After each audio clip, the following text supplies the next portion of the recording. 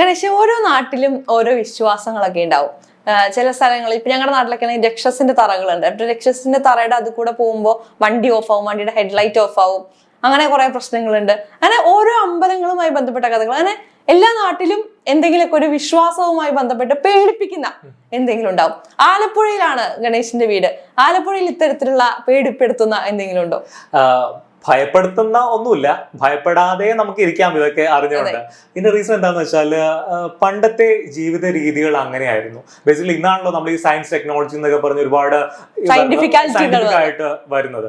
നേരത്തെ നമ്മുടെ ഫാമിലീസ്, കുടുംബങ്ങള് ഇങ്ങനെ ഒരുപാട് കൺസെപ്റ്റുകളിൽ അവർ വിശ്വസിച്ചിരുന്നു. ഇപ്പൊ ഞങ്ങളുടെയൊക്കെ നാട്ടിൽ ഏറ്റവും പോപ്പുലർ ആയിട്ടുള്ള ഒരു കൺസെപ്റ്റാണ് ഈ അറുകൊല എന്ന കൺസെപ്റ്റുകൾ. ഇപ്പൊ എന്താന്ന് വെച്ചാൽ ഈ തറവാടുകളിൽ ദുർമരണം സംഭവിക്കുന്ന മനുഷ്യരുണ്ടല്ലോ, അവരുടെ ആത്മാക്കൾക്ക് ശാന്തി കിട്ടാതെ അവര് ആ തറവാടിനെ അവർ പ്രൊട്ടക്ട് ചെയ്യും, ഒരു ഗുരുസ്ഥാനത്ത് നിൽക്കും എന്നുള്ള ഒരു കൺസെപ്റ്റ് ഉണ്ട്. നമ്മൾ സിനിമകളിലൊക്കെ പക്ഷെ കണ്ടിരിക്കുന്ന ദുർമരണം നടത്തിയ അല്ലെങ്കിൽ ദുർമരണത്താൽ മരിക്കപ്പെട്ട ഈ ആളുകൾ എന്ന് പറയുന്നത് ആൾക്കാരൊക്കെ കൊന്ന് ചോരയൊക്കെ കുടിച്ച് നടക്കുന്നതാണ് സിനിമകളിലൊക്കെ. അവരുടെ വിശ്വാസത്തിൽ കുറച്ചൊരു ഡീവിയേഷൻ ഉണ്ട്. ഈ തറവാടുകളെ പ്രൊട്ടക്ട് ചെയ്യാൻ അറുകൊല ഉണ്ടാവും എന്നാണ് അവിടെ വിശ്വസിക്കപ്പെടുന്നത്. ഞങ്ങളുടെയൊക്കെ നാട്ടില് ആത്മാക്കളെയാണ് അറുകൊല എന്ന് വിളിക്കുന്നത്. ചിലപ്പോ പണ്ടത്തെ തറവാടുകളാണെങ്കിൽ അവിടെ അറുകൊലയ്ക്ക് ഒരു തറ ഉണ്ടാവും, അവിടെ പൂജകൾ വർഷത്തിൽ ഒന്നോ അല്ലെങ്കിൽ ഇടയ്ക്കോ ഒരു പൂജ ഉണ്ടാവും. പ്രത്യേകിച്ച് നമ്മൾ ഈ സർപ്പക്കാവുകളൊക്കെ ഉള്ള വീട്ടില് പല വീടുകളിലും ഈ തുള്ളല് നടത്തും, സർപ്പം തുള്ളല്.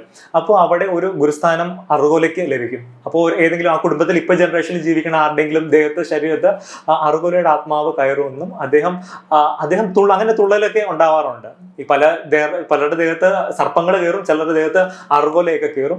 അങ്ങനെ പല ക്ഷേത്രങ്ങളില് ഇങ്ങനെ അറുകൊല കൺസെപ്റ്റ് അങ്ങനെയുണ്ട്. കാരണം പണ്ട് പല ക്ഷേത്രങ്ങളും കൺട്രോൾ ചെയ്തിരുന്നത് ഒരു ജന്മി ഫാമിലിയോ അങ്ങനെയൊക്കെ ആയിരുന്നു. അപ്പൊ അവിടുത്തെ അറുകൊല ക്ഷേത്രത്തിലെ ഒരു പ്രതിഷ്ഠ എന്നുള്ള രീതിയിൽ അങ്ങനെ സംഭവിക്കാറുണ്ട്.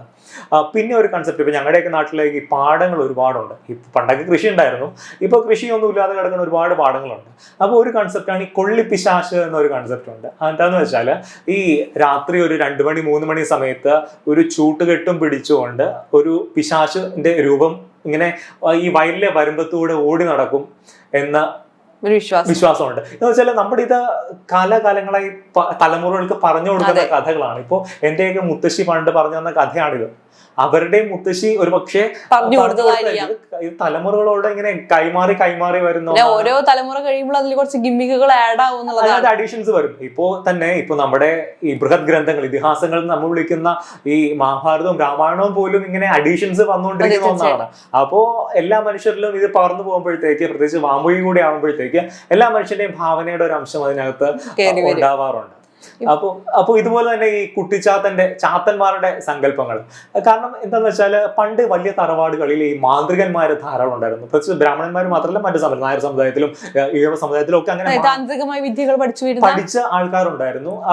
അവരിങ്ങനെ, കാരണം അന്നത്തെ ഒരു സമൂഹ ഘടനയെ കൂടെ നമ്മൾ അനലൈസ് ചെയ്യണം. എന്ന് വെച്ചാൽ അന്ന് ഈ മരണങ്ങൾ ധാരാളം സംഭവിക്കുമായിരുന്നു. ഒന്ന് ഇപ്പോഴാണ് ഈ ലൈഫ് എക്സ്പെക്ടൻസി ഒരു 70 വയസ്സൊക്കെ ആയത്. പണ്ട് ഈ ജനിക്കുന്ന കുഞ്ഞുങ്ങൾ പെട്ടെന്ന് മരിച്ചു പോകുന്ന സംഭവങ്ങളുണ്ടായിരുന്നു. ഇൻഫന്റ് മോർട്ടാലിറ്റി ഒക്കെ എനിക്ക് ആരോഗ്യ മേഖല കുറച്ചുകൂടി പുരോഗമിച്ചിട്ടാണ് കുറയുന്നത്. നാച്ചുറലി പണ്ട് ഹോസ്പിറ്റൽസ് ഒന്നുമില്ല, വീട്ടിൽ തന്നെയായിരിക്കും പ്രസവമൊക്കെ എടുക്കണേ. അപ്പൊ അങ്ങനെ കുറെ മരണങ്ങൾ വീടുകളിൽ സംഭവിക്കാറുണ്ടായിരുന്നു. പിന്നെ ഈ പ്രസവിക്കുന്ന സമയത്ത് സ്ത്രീ മരിച്ചു പോണ അവസ്ഥ. പിന്നെ പല വീടുകളിലും ഈ ഒരു 40-50 വയസ്സിൽ എന്തെങ്കിലും അസുഖം വന്ന് മരിക്കുക. പിന്നെ പലപ്പോഴായിട്ട് ഈ വസൂരിയൊക്കെ കേട്ടിട്ടുണ്ടാവുമല്ലോ, ഈ വസൂരി വന്ന പല ഗ്രാമങ്ങൾ തന്നെ വൈപ്പ് ഔട്ട് ആയി പോണേ. അപ്പോൾ ഇതുപോലെയുള്ള സാമൂഹ്യ അന്തരീക്ഷമാണ് അന്നുണ്ടായിരുന്നത്. ഒരു മനുഷ്യൻ ഇന്ന് കാണുന്ന ഒരു മനുഷ്യൻ നാളെ ഉണ്ടാകുമെന്ന് ഒരു ഉറപ്പുമില്ലാത്ത ഒരു കാലഘട്ടത്തിലാണ് ഇതൊക്കെ നടന്നുകൊണ്ടിരിക്കുന്നത്. അപ്പോൾ ഇങ്ങനെയുള്ള സംഭവങ്ങളിൽ പ്രത്യേകിച്ച് ഇപ്പോ നമുക്കൊരു മതിഭ്രമം വരുവാണെങ്കിൽ, ഭ്രാന്ത് വരുവാണെങ്കിൽ നമുക്ക് ചികിത്സിക്കാൻ പല സ്ഥാപനങ്ങളുണ്ട്. അന്നത്തെ ഒരു കാലഘട്ടത്തിൽ ഇതെല്ലാം ഒരു അങ്ങനെ ഒരു ദുർശക്തിയുടെ ഇതുകൊണ്ടാണ് ഇങ്ങനെയൊക്കെ സംഭവിക്കുന്ന ഒരു കൺസെപ്റ്റ് ഉണ്ടായിരുന്നു. അപ്പൊ പൊതുവെ ഇങ്ങനത്തെ പല ബാധകള് എന്നുള്ള കൺസെപ്റ്റ് വന്നു. അങ്ങനെ പല കൺസെപ്റ്റുകൾ കണക്ട് ചെയ്താണ് ഗ്രാമങ്ങളിലെ ഈ ദേവതാ സങ്കല്പങ്ങൾ ഇങ്ങനെ ഉണ്ടായത്. ഇപ്പൊ നമ്മൾ ഇപ്പൊ പറഞ്ഞല്ലോ, ഈ ഭ്രാന്ത് വന്നു കഴിഞ്ഞാൽ ചികിത്സിക്കുന്നതിനെ കുറിച്ച് ഇന്നത്തെ കാലത്തും അതിന് കുറവില്ല എന്നുള്ളതാണ്. ഇന്നിപ്പോ നമുക്ക് മാനസികമായി ഒട്ടും ഓക്കെ അല്ല, ഈ മെന്റലി നമ്മൾ അൺസ്റ്റബിൾ ആയി തോന്നുകയാണ്. നമ്മൾ വീട്ടിലൊക്കെ പറഞ്ഞു കഴിഞ്ഞാൽ ഒരു പൂജ കഴിച്ചു കഴിഞ്ഞാൽ അത് മാറും, അല്ലെങ്കിൽ ഒരു ഹോമം നടത്താം, അതല്ലെങ്കിൽ ജോത്സ്യനെ പോയി കാണാം എന്ന് പറയുന്ന മാതാപിതാക്കൾ ഇന്നും ഉണ്ട് എന്നുള്ളതാണ്. അത് പണ്ടത്തെ അതിങ്ങനെ കിടക്കാണ്, ഇപ്പോഴും അതിൽ വിശ്വസിക്കുന്ന ഒരുപാട് ആൾക്കാരുണ്ട്.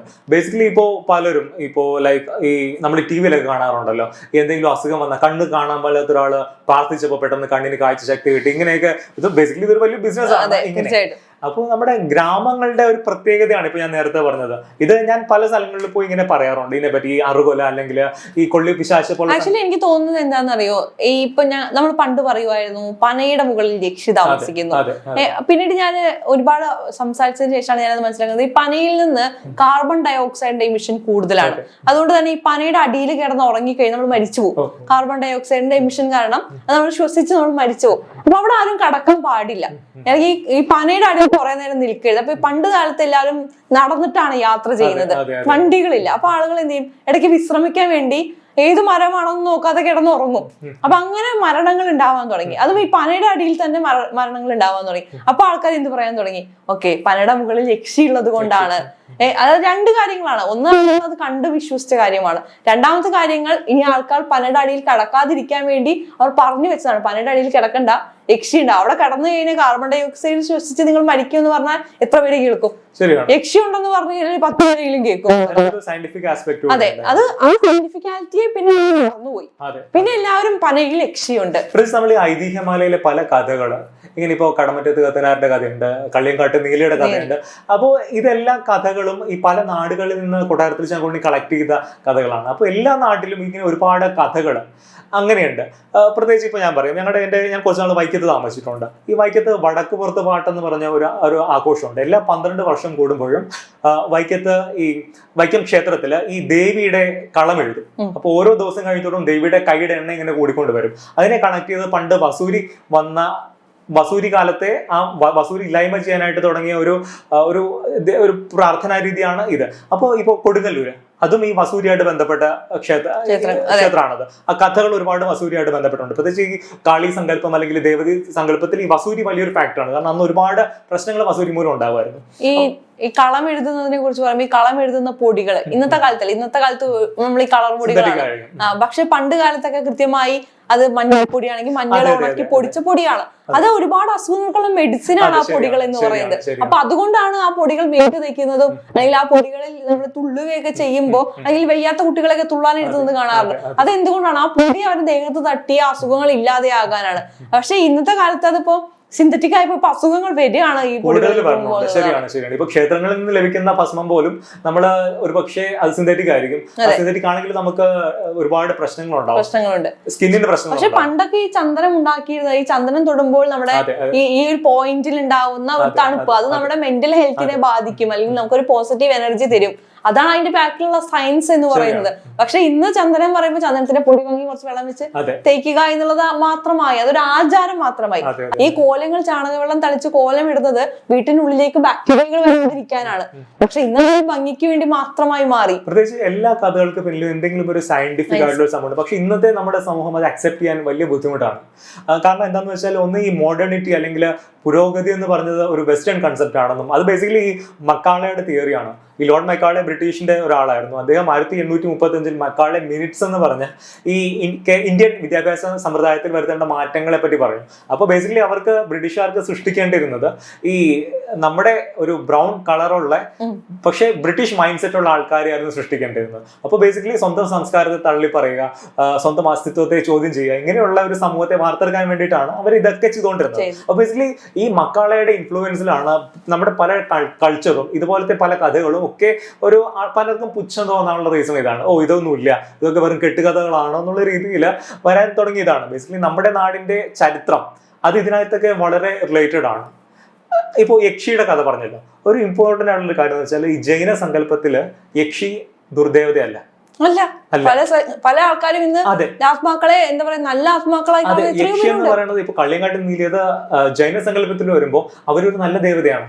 പക്ഷേ ഇപ്പുറത്ത് വരുമ്പോഴത്തേക്ക് അതൊരു യക്ഷി എന്ന് പറഞ്ഞ ഒരു മോശം കൺസെപ്റ്റ്. അപ്പൊ ബേസിക്കലി ഇതിലെല്ലാം വലിയ ചരിത്രങ്ങളുണ്ട്. ആ ചരിത്രത്തെ കേരളത്തിന്റെ അല്ലെങ്കിൽ ഇന്ത്യയുടെ ചരിത്രം എന്ന് വെച്ചാൽ ഇങ്ങനെ എഴുതി വെച്ചിട്ടില്ല എവിടെയും. നമ്മൾ ബേസിക്കലി ലിറ്ററേച്ചറിൽ നമ്മൾ ഡിപ്പെൻഡ് ചെയ്യും. അങ്ങനെയൊക്കെയാണ് ഇപ്പോൾ വേദകാലഘട്ടത്തിൽ നമ്മൾ ഋഗ്വേദത്തെ ആണ് ഏറ്റവും കൂടുതൽ വലിയ സോഴ്സ് ആയിട്ട് എടുക്കുന്നത്. അന്നത്തെ ഈ അശ്വമേധ കൺസെപ്റ്റുകളെ പറ്റി അല്ലെങ്കിൽ പല ഗോത്ര സങ്കല്പങ്ങളെ പറ്റിയൊക്കെ നമ്മൾ അറിഞ്ഞത് വേദങ്ങളിൽ നിന്നാണ്. അപ്പോൾ ബേസിക്കലി നമ്മൾ ആ ടെക്സ്റ്റിൽ നിന്നാണ് നമ്മൾ ഒരുപാട് കാര്യങ്ങൾ എടുക്കണേ. അപ്പോൾ കേരളത്തിന്റെ ഒരു ചരിത്രത്തിൽ ഇതുപോലത്തെ കെട്ടുകഥകളെന്ന് പലരും പറയുന്ന ഈ മിത്തുകൾ വളരെ പ്രധാനപ്പെട്ടതാണ്. ഇതറിഞ്ഞാൽ മാത്രമേ നമുക്ക് കേരളത്തിന്റെ ചരിത്രത്തെ പരിപൂർണമാക്കി എടുക്കാൻ സാധിക്കുള്ളൂ.